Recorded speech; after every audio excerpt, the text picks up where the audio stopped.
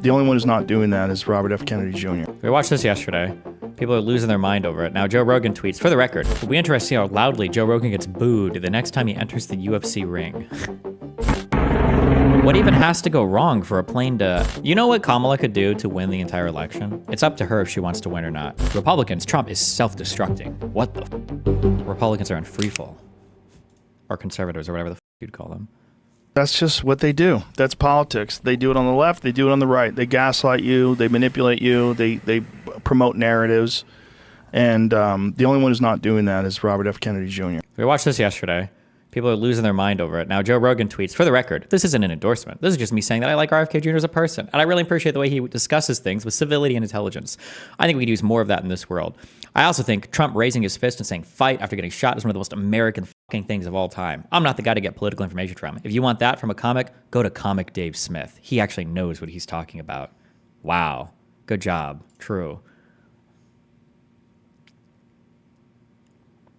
Finally, a real man of genius. Trump supporters have a lot of nerve flipping out because Joe Rogan said some nice things about RFK. During the greatest assault on liberty in modern U.S. history, Trump praised lockdowns, demonized countries not locking down, and brags to this day about the bullshit vaccine. Rogan, on the other hand, had the biggest platform in the country and relentlessly exposed the entire con for what it was in heroic fashion. I'm not endorsing Bobby Kennedy, neither is Joe, by the way, but he can support whoever the hell he wants to. And if people who are voting for President lockdown warp speed have a problem, maybe they should consider the possibility that their guy should be less awful on stuff.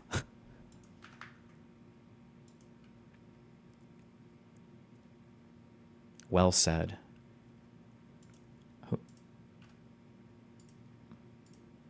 Why does this guy look like the guy from the sweaty meme videos? Fuentes, do you see Fuentes declaring war on Trump? Yeah. It'll be interesting to see how loudly Joe Rogan gets booed the next time he enters the UFC ring. I think Censored Man is, this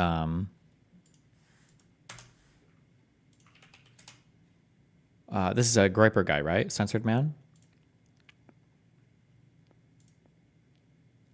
Trump has bad advisors. Start going to war with the moderates? Is that the plan? Moderates? Holy shit. Good one. Good one, Tim. What is this?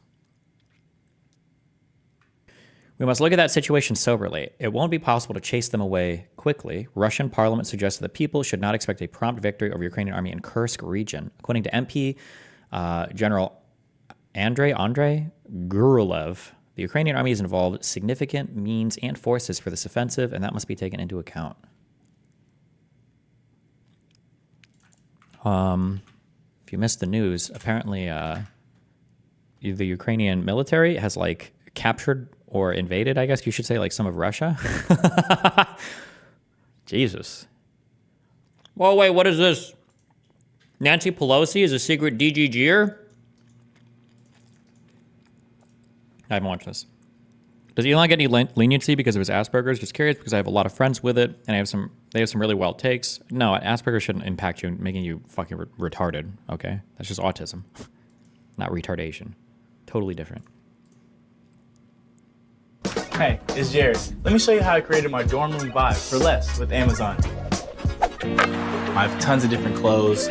I have some pajama pants, more pajama pants. People say I have too much. I don't really listen to people. I love to journal. I got my gratitude journal, I got my mantra journal, and I got my 5-minute journal. And oh, I got a package from Amazon. Let's see what we got for today. This is perfect. This is my journal that I journal about journaling. Dear Diary, I wish I had more PJs. So the chapter that is missing in this book, and I know you could write 100 books on fascinating topics, but the missing chapter would have to do with the last month and a half. Yeah. Since the debate, the June 27th debate that Dana and I moderated, you were watching it in your apartment here in Washington. What was your reaction when you saw him walk out there and then his answers or his inability to give coherent answers? Well, I thought we were going to see Joe Biden from the State of the Union. I never want him to debate what's his name because he's a joke. You know, it's not a funny joke, but it's a joke. And he said, no, I'm looking forward to it. And so he was confident about that. as one who has, as party chair in California and also as leader and speaker with my own candidates for Congress and the rest, not my own, but our party's, I always would just say, if you're going to a debate, two things. Have a clear mind. Have a clear mind. And remember, as Christine, my daughter, always says, the Tour de France is won in bed. Get rest. Be rested and clear. You know why you're here. You know what you care about. You know how you want to get things done. You want to show people what's in your heart. You don't have to memorize anything. You don't have to have days of prepping. Mm-hmm. So when I saw him, I thought, true, yes. This is what I was saying. The hugest issue with Biden in that debate wasn't even his fucking stumbling or muttering or whatever. It was just, he was here trying to like rattle off like 50 million fucking figures. He didn't need to do that ever. Just hit him with a few lines and yeah, just like focus on what you've done well. That's it. In my view, over-prepped, not a good idea. Did you think that that was all that was going on? I mean, the president has not had a full cabinet meeting since last October. There are people, Democrats that I've talked to, who think that obviously he's not able to communicate the way he used to be able to communicate, and they think that people in the White House were hiding this from senior Democrats like yourself, keeping a close control over who got to see him. I think this president he is a consequential president. Of course. In his term in office, he has accomplished great things, as we talk about. How do you think history is going to remember his decision to not run for re-election? I think history will honor him as a selfless person, a selfless leader. Have you talked to him? No. Still no? Well, that would not be unusual. That several weeks would go by and I wouldn't talk to him. What do you want him to know about? Well, he knows I love him. 3 generations of our family are big Joe Biden supporters. My husband and I, Paul, and our children and my grandchildren, they love Joe Biden. To say that Rob was bad faith is crazy gaslighting. He talked with what you wanted to talk about for 5 hours, and you bailed 5 minutes into what he wanted to talk about, which you agreed to. I don't even remember what part I left at. Rob said he had to leave at 9. I think we ended up talking until like 9:30 or 10. And the only reason this first part took 5 hours was because of how ridiculous his engagement was on every single fucking part of what we were talking about. Yeah, it was, but the whole conversation was fucking retarded. Like, bringing a gun to a crime doesn't. If you're planning on breaking into a place with an armed guard, that doesn't mean you're planning on violence. So it was just like the most retarded fucking, like, no, stupid. Good job, Nancy. You left when he said the court doc said there were multiple definitions, and he acted like it didn't have a broad. Oh yeah, when he kept saying that they didn't even choose a yeah. Jesus Christ. Caralho, rapaziada, o avião caindo, que porra é essa, viado?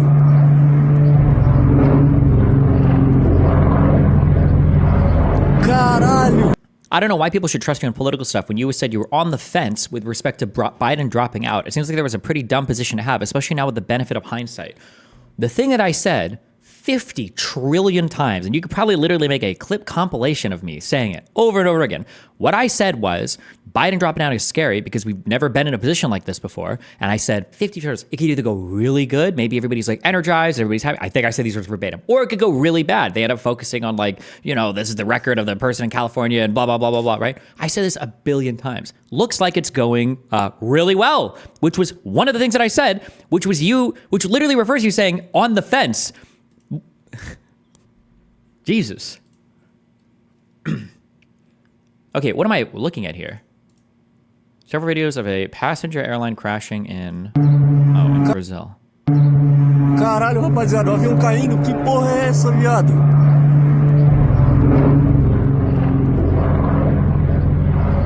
Caralho.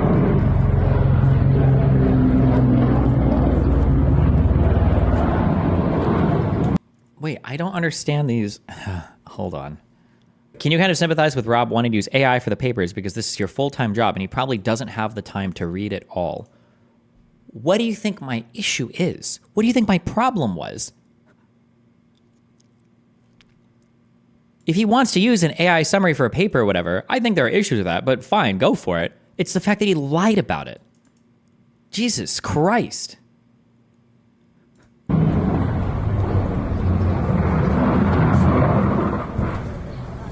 What are we watching? I don't know. Some plane crashed. I'm not supposed to do that. Caralho, que porra é essa? Gente, ó o avião caindo, gente, ó o avião caindo. Ó o avião caindo. Caiu. Did they die? In plane crashes, that's generally what happens, yeah.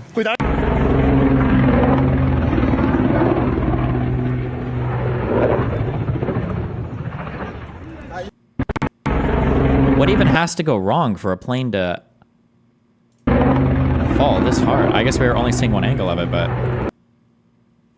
like a death stall that it like didn't even remotely recover from. It's a flat spin. I've heard planes are safer than cars. Maybe. There's like a billion different ways to analyze that. I don't actually know what the answer is to that question.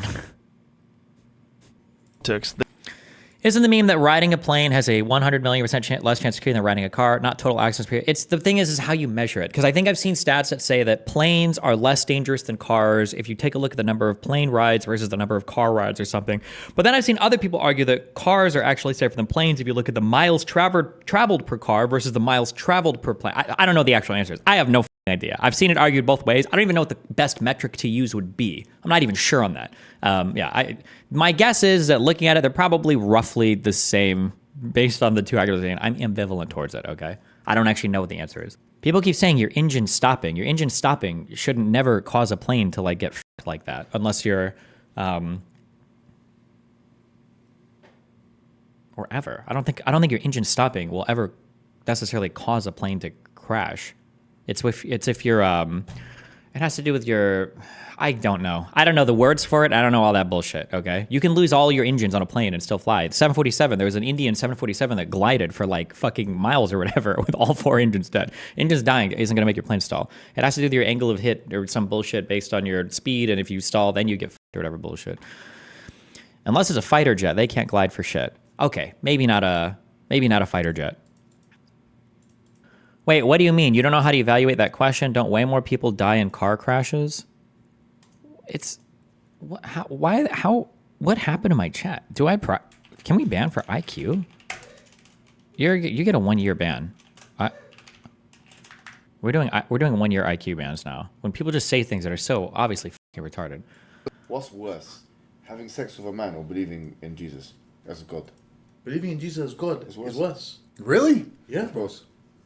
Because why? Come on. Why? Yeah, Why? sure, 'cause the worst thing does you that can mean do- you? Wait 1 second. Does that mean that? That doesn't mean anything. But what if they haven't been revealed the truth yet? Because it's like.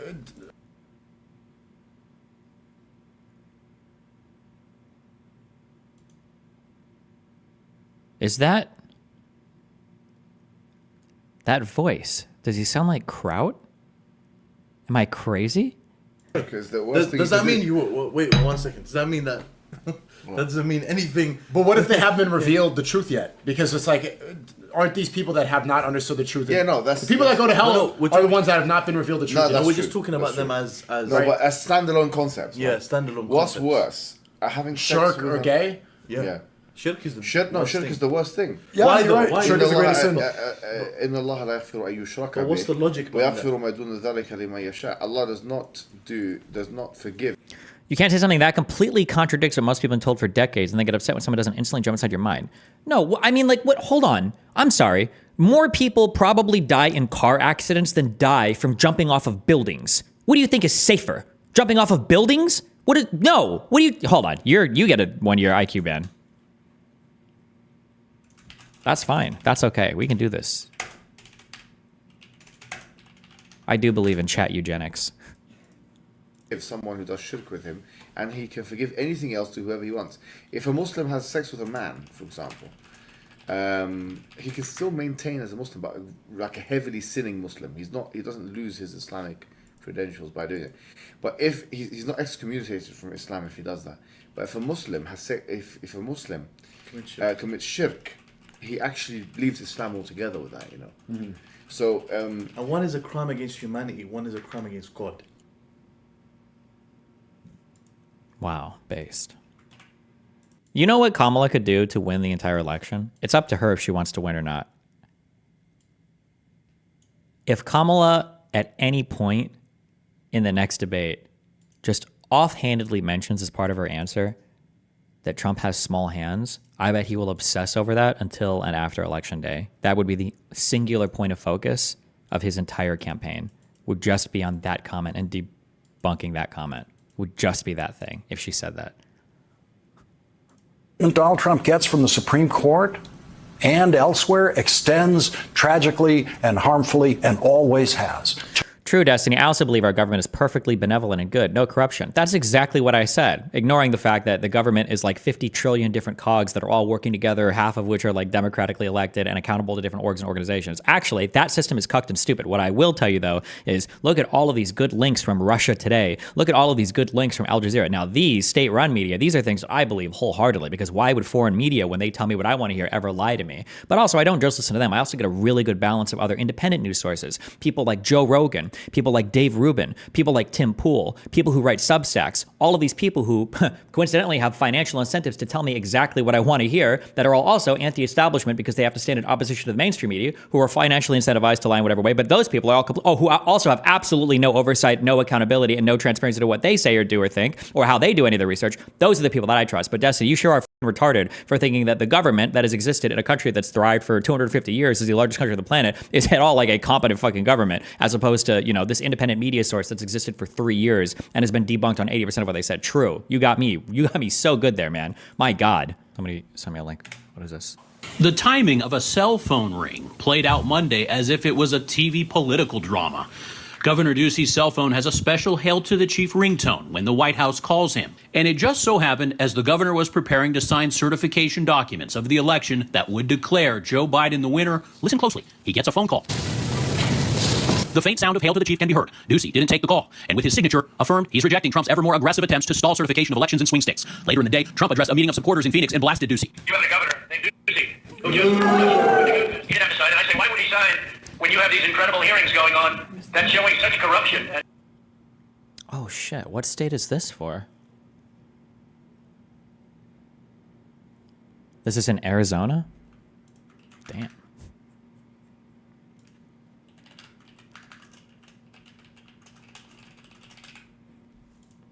And Arizona will not forget what Ducey just did. We're not going to forget. I've been actively engaged for 32 years in Arizona politics, and this 2020 election, including the last 24 hours, is in an orbit all by itself. Wait. Is the implication that he ignored a phone call from Trump? Or was it he was ignoring a phone call from Giuliani or like one of Trump's like cronies? The call, and with his signature, affirmed. The faint sound of Hail to the Chief can be heard. Ducey didn't take the call, and with his signature, affirmed he's rejecting Trump's ever more aggressive attempts to stall certification of elections in swing states. Later in the day, Trump addressed a meeting of supporters in Phoenix and blasted Ducey. You have the governor named Ducey, who he didn't have to sign, and I say, why would he sign when you have these incredible hearings going on that's showing such corruption? Right. He didn't have to sign, and I say, you have the governor named Ducey, who he didn't have to sign, and I say, why would he sign when you have these incredible hearings going on that's showing such corruption? And Arizona will not forget what Ducey just did. We're not going to forget. I've been actively engaged for 32 years. Do you think all the procedures done in your mouth are worth it? Or is it like a car thing where they find issues to siphon money off you? I mean, as long as everything ends up okay, it's fine. The only scary thing about doing ortho is that along the entire process, it's like a lot of stuff you have to go through, and you don't really get like the full results until the very end. Although, I mean, I teeth are straight now, but I mean, not having to wear a retainer 24/7, all that bullshit. The only issue is that if you stop at any point, you basically go back to square one. So you can end up wasting thousands of dollars and like months or years of ortho time. But then if you just like stop wearing your retainers, you give up, you basically go back to where you were before. So that's the only, so if you're going to do it, make sure that you stick through it. Otherwise you're wasting your time. Years in Arizona politics, and this 2020 election, including the last 24 hours, is in an orbit all by itself. Dude, we have so many cool people. Fuck. One of the reasons, as I started doing this January 6th thing, first I got really mad at all the Trumples. Okay, they triggered the fuck out of me. So then I started doing this January 6th thing. Wait, I started this January 6th research after the Trump assassination thing, right? Or did we start this before? I'm trying to remember. Well, hold on. When was our first access date? 7/18. This was after. Okay, yeah. So that triggered the fuck out of me. Okay. The fact that nobody knew how crazy J6 was. And then I thought about dropping it because I'm like, there's a lot of work on, it's not even like really history. And it's not really current events anymore. So it's really like almost, I don't even know where this would slot in terms of like research, right? Then I got harassed a fuck ton by crazy conservatives. And they're like, you know what? Fuck you guys. Now, just to spite you, I will finish this. And I've got people who are semi-interested, at least in the commentary community, so I can reach out to that. But now as I've gone through, I have a lot of respect for a lot of different people. And a lot of I'm just becoming an establishment cuck. I have a lot of respect for a lot of different people involved in our government, even people that I don't think traditionally I would have before. This guy, so the signing, Doug Ducey would have been the, Republican governor, okay? This is like the president of the state of Arizona, right? Which I think is an odd state, I think, in terms of like where the votes can swing. For this guy to ignore a phone call from Donald Trump, that's a pretty, not everybody can say that, right? Political consultant Stan Barnes says it's a tough time to be governor in Arizona. I think he's paying two prices at the moment. One is that it's the worst time in a very long time to be the governor of any state that's having a COVID issue. And now he's been publicly rebuked by his former ally, the President of the United States, for somehow not standing up for fair elections. Constitutional scholar Paul Bender says because President Trump's legal efforts have all failed, he had no right to dictate what Governor Ducey should do. Well, if the president had a legal reason why Ducey should not sign the... Oh, is that when your stream kept going down? No, that had nothing to do with anything. I don't know why that was happening. I reformatted my box and then it stopped, I think. I don't know why. I had no idea what was causing that. That wasn't anything, though. Certification of the Arizona vote, then he ought to present it to a court. It's unfair of him, I think, to tell Ducey he shouldn't do it when he doesn't give Ducey a legal reason for not doing it, since Ducey has to follow the law. Ducey tweeted yesterday a spirited defense of Arizona's elections and its long list of checks and balances to ensure votes are counted accurately, stating, in Arizona, we have some of the strongest election laws in the country, laws that prioritize accountability and clearly lay out...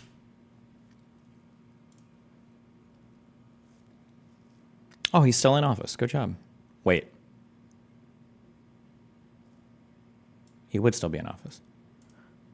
Wait, do all governor like roles last for the same amount of time? Or is it different in every single state? Wait, he's not. Oh no, it's not 2023. Oh my God, I keep forgetting the year. What did I look at the other day? Somebody said something came out in like 2014 and then somebody was like, yeah, that was a decade ago. I'm like, 2014? Oh, true. My God. I can't tell if I'm losing my mind or if like Google search results are not giving me answers. I can't tell this because I'm searching more specific stuff now about law that it doesn't give me what I'm looking for. Because I feel like this is a general enough question. Sometimes I feel like the Google search results are not giving me, I'm not looking for term limits. Most are 4 years, some are 2 years. Vermont and New Hampshire. Damn, 2-year governor term? That sounds brutal. What the fuck? You're like in and out before you even get your office settled. Dude, I got even more mad at that. I got even more mad at that Rob shit. Oh wait, that was last night.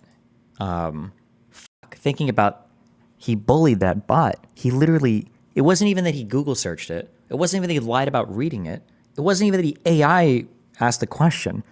It's that he literally bullied the bot to get him the answer that he wanted. That's so unhinged. That's so crazy. Did you see the subreddit post about it? No, hold on. Source? The source is in the way that the bot responded. Is there? I think I saw a subreddit post on it again. I don't know if it was in this or. I can't, bro. Fuck. I have to protect my mind. My mind is so hard to protect my brain. Okay, from influencers. Pisco coming in and saying that Rob was arguing in good faith. Holy shit! That almost sent me. Oh my God. And I know you've cited them previously. Yes, and I read that entire paper, and I don't remember them saying that they worried about state elections. Bowden Paulson said, broad interpretation. They argue against the United States should be interpreted broadly to include insurrections against state governments. That's fine, I can agree. Involved in state... This money at link to Bowden Paulson. Claude is overly apologetic. Article. Bowden Paul. No, I just... reading... I think it's Claude. Abstract. Son of a bitch. Okay. Purpose of the... No, hold on. You're wrong. Hold on. This phrasing, the way that this is phrased, makes it sound like he asked a question and he got a response that he didn't like, and then he restated or reiterated the question. This interpretation is indeed more expansive and aligns more closely with the view that Section 3 could apply to state-level insurrections or attempts to subvert state government processes. Okay. I sincerely apologize for my earlier mischaracterization of their position. Thank you for your persistence in seeking clarification. It's crucial to accurately represent scholarly arguments, especially on such significant constitutional issues. So it sounds like he got an answer that he didn't like, and then he changed his prompt, or he found a different way to ask it to get the answer that he did want. What the fuck? Jesus. I feel like Rob is a decently intelligent person. How does someone like this fall into the Trumple world? I think it's just it's a post hoc. It's all post hoc. So you've decided that you're supporting one side, and then you'll basically do anything you can to justify it. And if the smarter you are, the better you are at doing that. But it represents like a bad thought process, not an unintelligent individual, right? Like, imagine you've got a guy in Los Angeles who wants to drive to San Francisco, and he starts driving east. And you're like, okay, well, you look at him and he's like a Honda Civic IQ. Wow, not very good. Well, if you replace his IQ with a Lamborghini IQ, all right, but he's still driving east, it doesn't really matter. He's just going to get to the wrong place even faster. Like, it doesn't do anything. You guys are destroying my brain right now. I don't realize how difficult conversation is for a lot of people, or maybe logical inferencing is, or I don't even know. Stefan, you just posted something and you said, here's an example of Claude apologizing very easily. And then you posted this. What is 123 plus 321? And then you post an answer. Do you need any clarification on this calculation? And then you said, are you sure it's not 445? And then he's apologizing. All you're doing here is reinforcing what I said earlier. Do you understand that? You're pressuring him right here with this question. You're implying the answer you gave is wrong. Are you sure it's not this? And then the bot is being apologetic. Yes, this is exactly what I said. It seems like Rob did. It's not pressuring? What do you mean? Yes, it is. If a bot gives you an answer and you're like, are you sure it's not a different answer?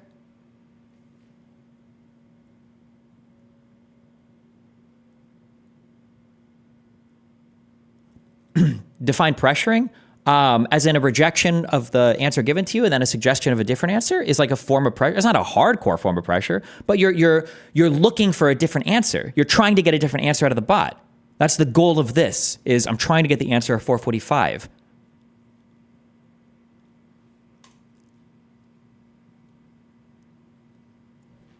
When you said bullied, he thought he called the bot slurs and retarded. No, I didn't mean bully like that. Like he's calling it like,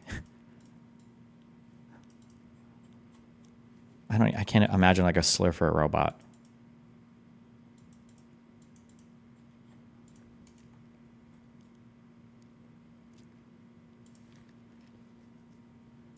Yes, prime cells, thank you for demonstrating critical thought. Like, for a math problem, you probably can't suggest a different answer and get it as easily, but I'm sure for a more complicated question and answer, you probably could ask, like, wait, are you sure that it's not this? Or what about, are you sure it's not this, or whatever, until eventually the bot gives you what you're looking for.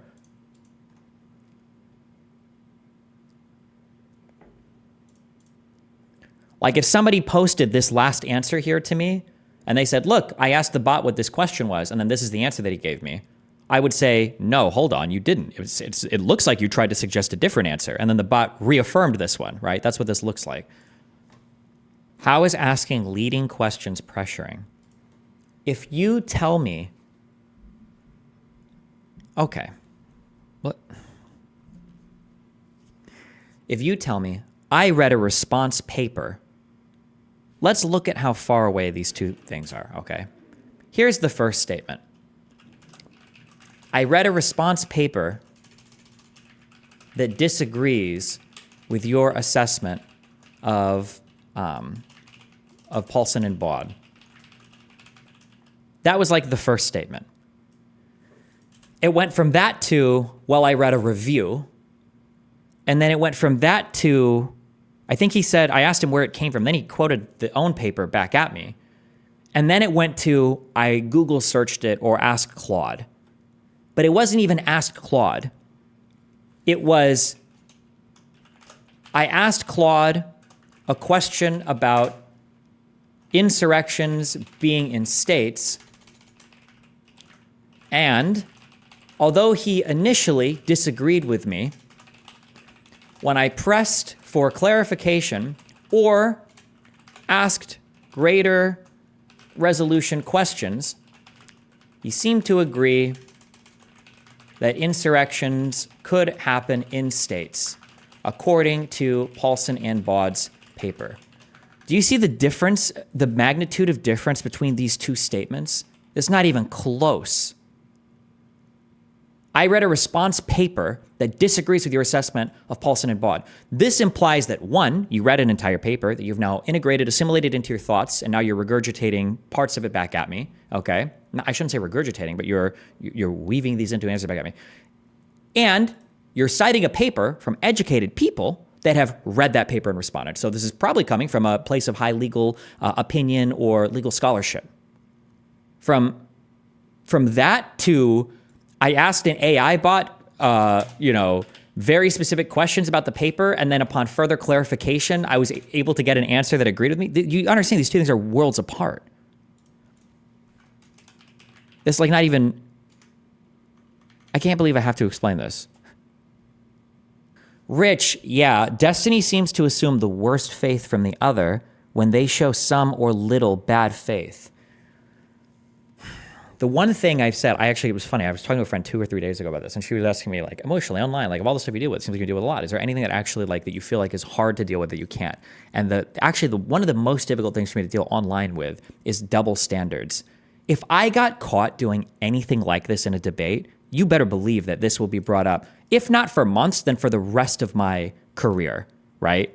For the rest of my career, people would bring up the fact that I tried to lie in the middle of a debate and pass off me having read a paper when I'm actually querying a fucking AI. Like, that would be brought up for the rest of my life. And the fact that some fucking guy tried to do this in the middle of a debate, we also said a bunch of whole other crazy things, right? On a subject that I have spent a disgusting amount of time on now, right? Is there a way to do a word count on this fucking note? How many stupid fucking words are even in this thing? Fuck you, okay? Fuck you. Fuck you.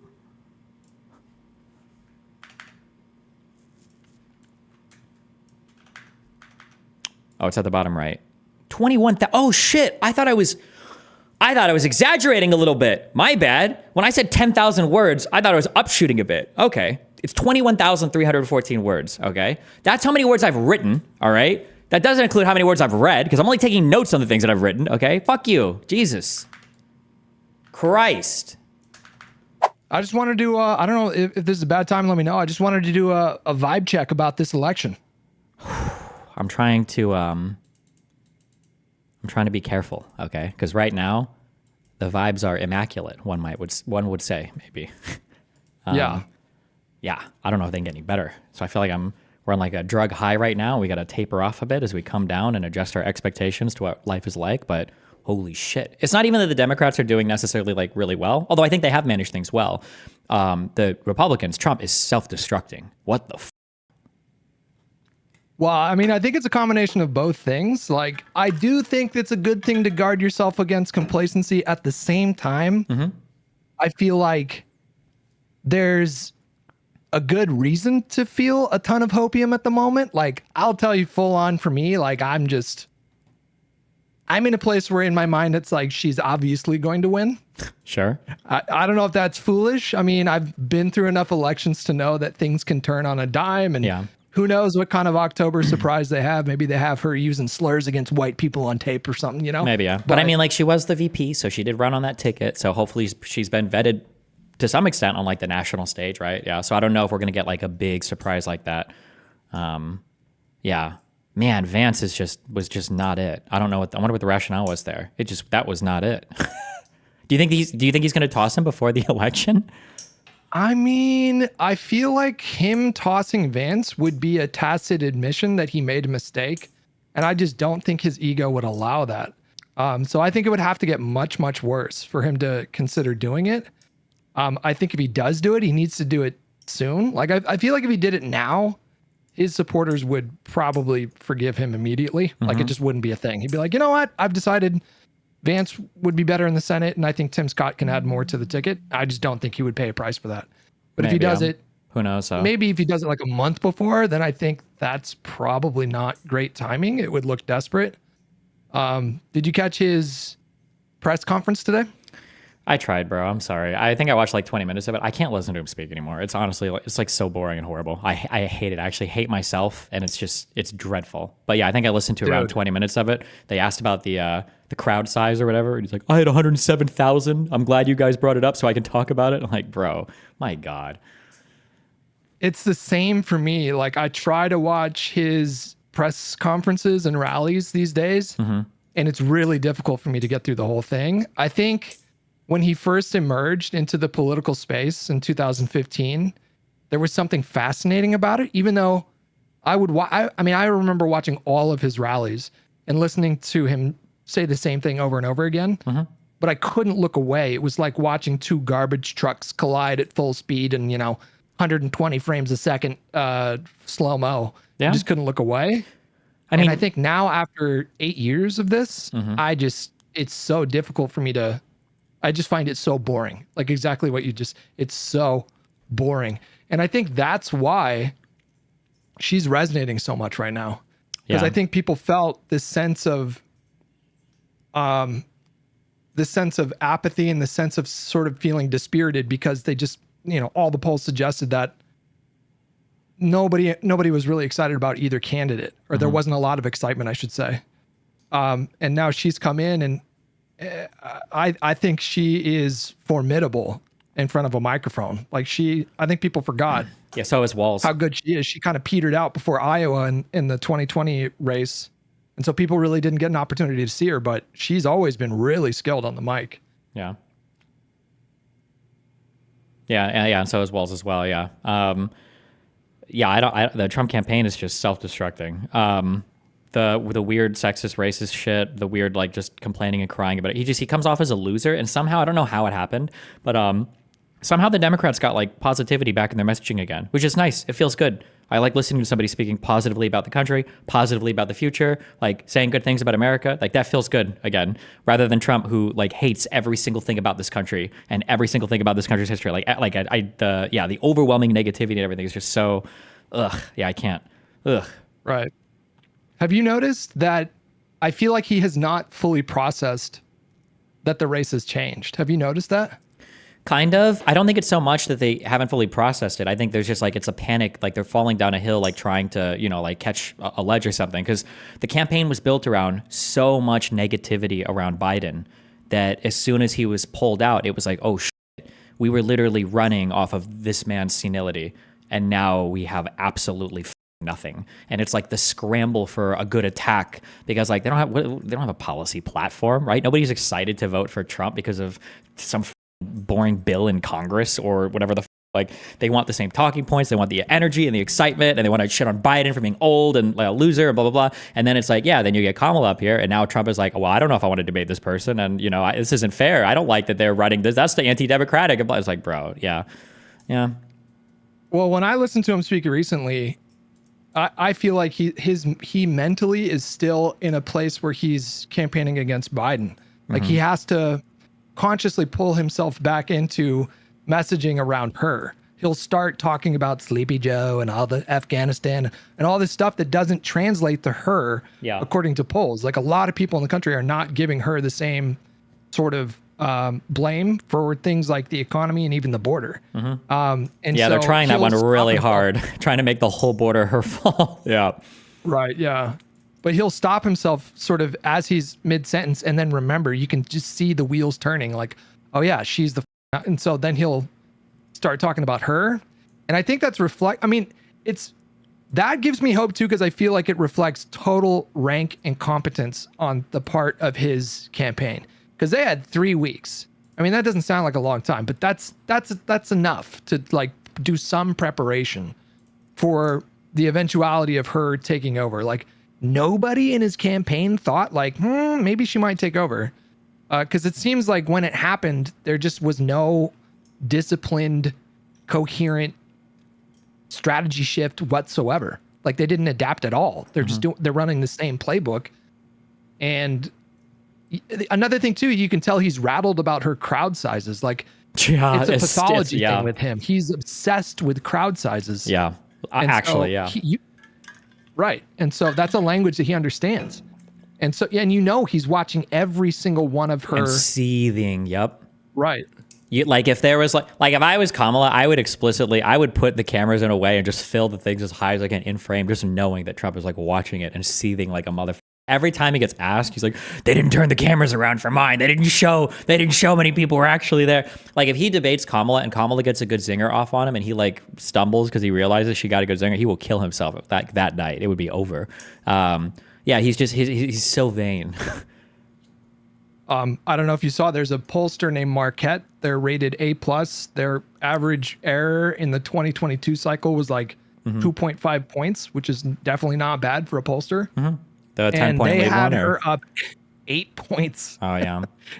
in a full field this morning, which is just, I mean, obviously that's an outlier, but yeah, they're not a terrible pollster. So could be that the vibes are changing in a really profound way. So I feel just unbridled optimism right now. Yeah, I would say so, yeah. Unless, they need a massive redirect. I'm still of the opinion that I don't think Trump was ever a great politician or a great strategist. I just think he's like super charismatic, and as long as that works, he can like push the gas on that a lot. But I don't think he has the capability of like changing up. I think he had enough opportunities when he was president to change up, and he didn't. Yeah, like he's had enough opportunities to show that he can be like a chameleon or be a little bit more variable in terms of how he operates in any political environment, and he can't. It's just that his ordinary strategy works really well, or has worked really well, but once it fails, I don't see him being able to change. But I could be wrong. Who knows? If you were running his campaign, how would you handle the shift to Kamala? I don't know. I just, the thing is that like my mind goes to like policy and like kind of attacks relating or circling that. So like in my mind, I'm thinking you would start like the entire country would become like California. Like you would hone in on everything relating to Californian problems and talk about how she came from there, and then also continue to settle on like the negative things from the Biden administration, maybe. But I think that Trump voters don't care about that. They want to hear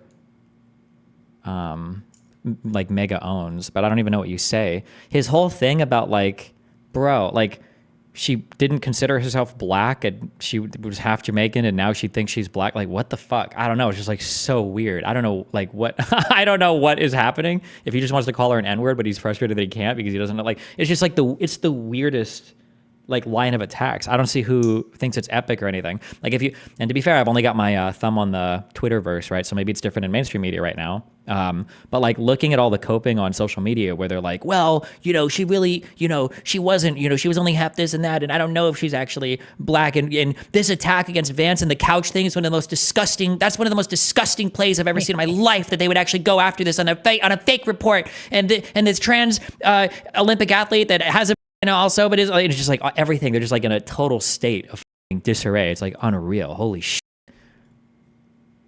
But who knows? Yeah, who knows? Yeah. So did you see that he committed to the September 10th debate? Yeah. Yeah, I think he's like really. I think he was either way. I think he was going to be if he tried to pull the let's do the Fox News one at September 4th thing, because I just don't think that would work if he would have stuck with that and then not committed to the September 10th debate. Yeah. I just don't think that would have stuck if they tried to frame it like she was running away. So in my mind, he was either way. He would have gotten heat during a time when he's like very clearly, measurably slipping in the polls. So to not show up for debate, I mean, that's just untenable. Like you can't, there's no way you could defend doing something like that. And now he has to share the stage with, an actual seasoned prosecutor. And not even that, but like literally, like it's just like it's a sassy black woman. Like that's got to be like the scariest thing, because it's not just going to be some boring white dude who doesn't want to play dirty. And it's somebody who like she speaks well, she's snappy. Like she had what I almost thought was a career-ending snap against Biden in the primaries. Do you remember that over the busing thing? Yeah. That was she got like a 20-point bump for like, I think like a week or whatever. But after that debate, I was like, holy shit, Biden is gonzo. But yeah, that's just like running with all the prestige and the authority of like being the vice president and everything for the past 4 years. That debate, Jesus, who knows? We'll see, I guess. But I don't think I've ever seen Kamala like stumble on the debate stage. I can't think of a bad debate performance she had. No, she has a very I think a good word for her is she's poised. Like Sure. I've never seen her look rattled. Yeah. Like ever. Yeah. But I think, touching on what you were talking about in terms of like the more deranged lines of attack that he's going with her, I think it's obvious that he's running playbooks that might have worked for him before, or he feels worked for him before. It's obvious that they're treating this race like 2016, and Hillary just, I thought she would have been a fine president. I thought she probably would have been a good president. But his attacks against her, as deranged as they were, didn't evoke the same kind of outrage because she just wasn't as, I would say, sympathetic, I suppose. She wasn't as liked as Kamala. Well, also, yes, and I will give credit to or I guess pay due deference to my Queen Hillary. Hillary was also the subject of Republican attacks for like 20 years, okay, or like 15 years. Yeah, there was a long line of attacking and tearing down Hillary. She still won, by the way, by millions of votes in the popular vote. But yeah, but you are right. Yeah, it doesn't hit the same. Yeah. Well, people forget that Hillary Clinton was, honestly, she was actually she was one of the most popular politicians in the country until 2015. Sure. She had like a 65% approval rating. It was nuts. And after just relentless attacks, piggybacking off the Benghazi hearings and the email all the baggage bullshit from the and Clintons in the Comey 90s. and So I think they're trying to attack Kamala with a sort of similar playbook of just going like really low and debasing themselves. And then you have in comes this guy Walls, who I think, like, my theory about Trump is that we're all kind of the frog in the boiling pot of water with him, and we've sort of acclimated to a lot of his insanity. Yeah. And I think there is this appetite for someone to come in and like pull us out of that water so we can reacclimate to, for lack of a better word, normalcy. And so I think whether it was intentional or not, maybe he stumbled into it, but he definitely tapped into this reserve of like frustration and boredom and general antipathy towards Trump. And I feel like he's sort of metaphorically taken us out of that boiling pot, and people are starting to remember and recognize certain behaviors as like, wait a second, no, this is weird. Like, we gotten used to it, but it is weird. And so that has just been really fun to watch play out like in the zeitgeist right now. It's really awesome. Yeah, but there's no counter to that because remember, these guys don't live in a policy world, so the only thing he can do is get weirder. That's it. Yeah. Also, I mean, go ahead. No, you go ahead. I'm about to totally pivot. Yeah, go for it.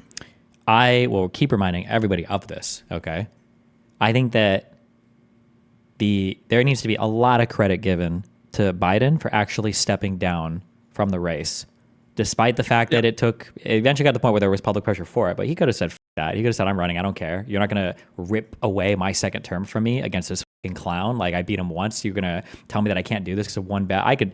There are so many different scenarios where I could see him fighting to the bitter end on that.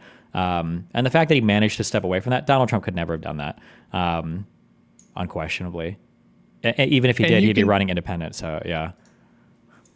And you can see it's reflected in the polling now, that a lot of the criticisms about Biden were purely vibes based because he just kept getting lower and lower, especially after the debate. He was down to, I think, like 36% for like most polls. And he went up like 15 points after he dropped out of the race. Yeah. So I think he's going to get like a 20-minute standing ovation at the convention. And it's an interesting opportunity to reframe him, So instead of this, I don't think he's demented personally, but instead of like this perceived old demented guy, he gets to just totally change that narrative. And now when he shows up at now it's like a fun because he's basically he's lame duck. He's just like here to kind of like chill and party as like the actual like grandpa dude, and it's like whatever.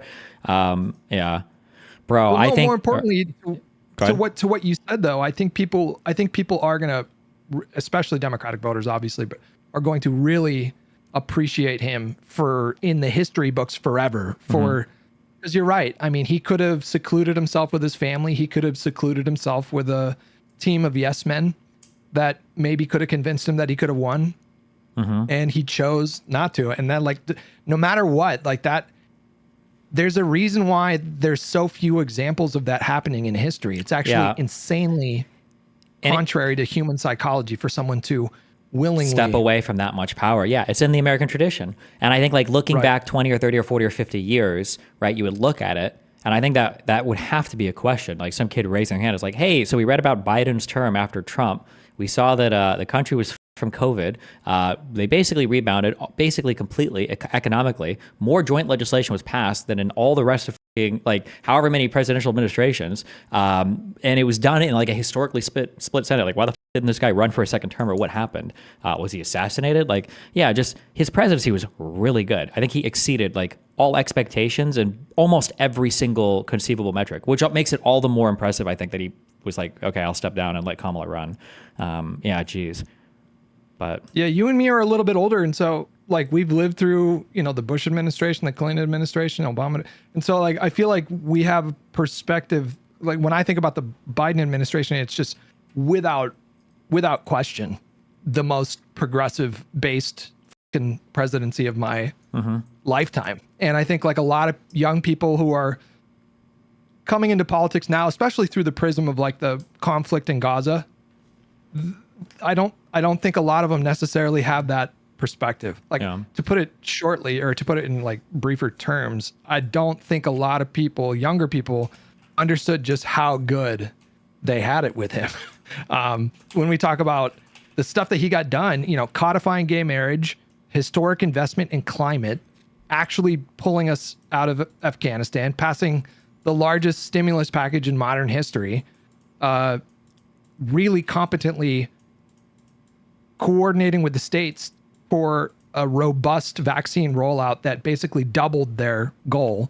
They wanted to do like 100 million shots in the first 90 days. I think they got 200 million shots. And also keep in mind too that he came in, regardless of what the conservative cope is, as like he tried so hard to let every single thing that the conservatives had done to this country in the past 12 years slide, right? That the McConnell basically destroying Obama's like last 6 years of presidency. Was McConnell Senate leader that entire time? He was, right? No, I don't think they took the Senate back until 2012. I could be wrong about that, but go ahead. Well, okay. The last 4 years of his presidency. And then the blocking of Merrick Garland, the 4 years of Trump and everything that was like easily the most divisive rhetoric in U.S. history.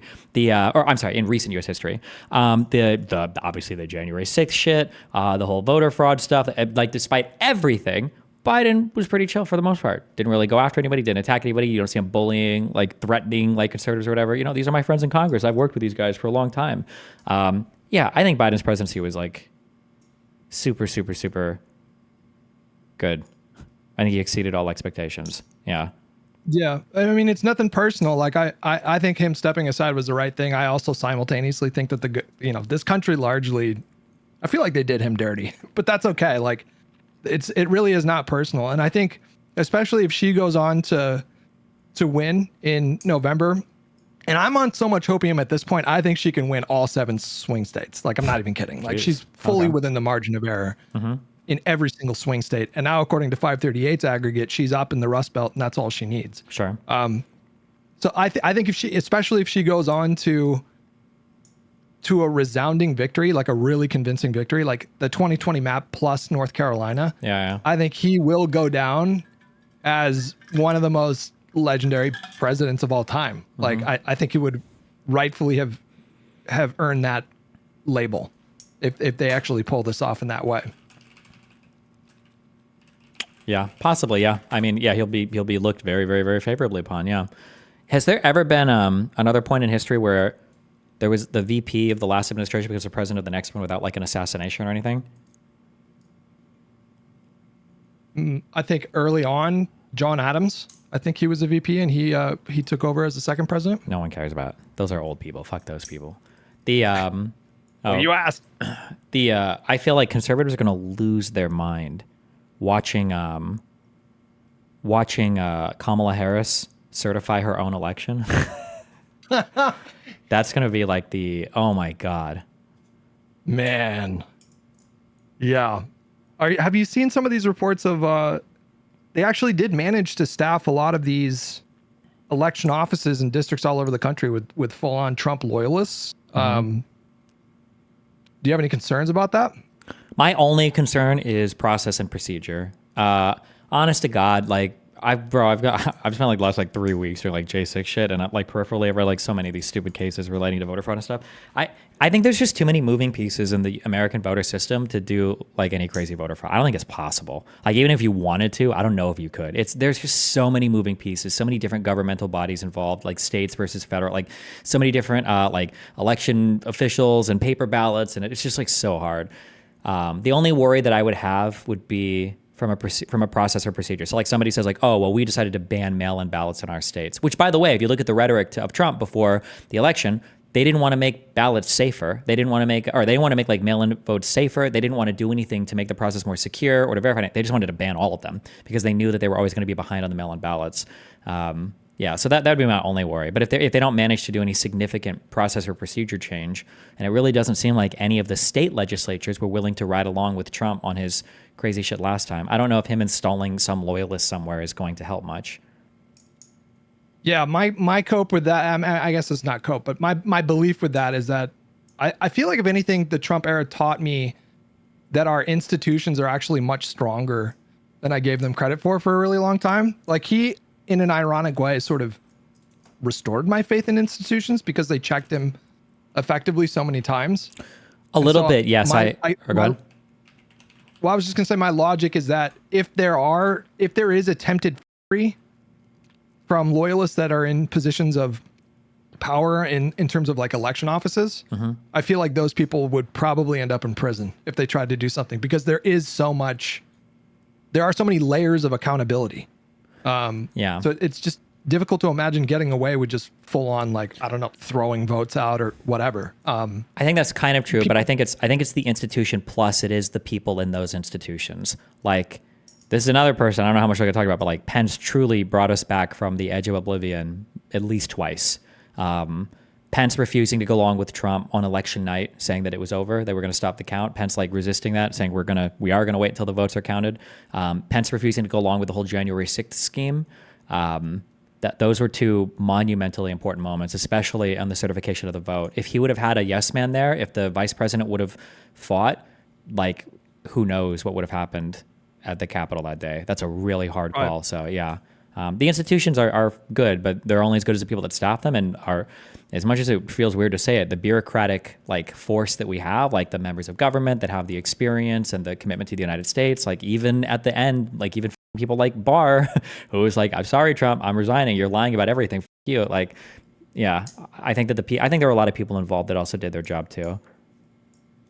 Yeah, well, to your point about Pence, I mean, that's specifically why he chose Vance. Like, he did not choose Vance because he felt like he added to the map. Like, I don't think that was factored into his thinking whatsoever. Yeah. I think the only question he was asking of his potential his VP candidates was, would this person have done what I wanted Mike Pence to do on January 6th? Yeah. And Vance has said Tim yes Scott to that. has a big question mark, you know, like he's been pretty sycophantic, but I don't know if he would have done that. Vance absolutely would do that. And so I think that's only Vance has gone on record saying he would. He said that on some media show. He said that if it was up to him on January 6th, he would have gone along with it or something. Yeah. Yeah. Well, definitely it's an interesting time in politics. Are we doing we're doing the hippy dippy thing in like a week? Yeah, if it's on the schedule, yeah.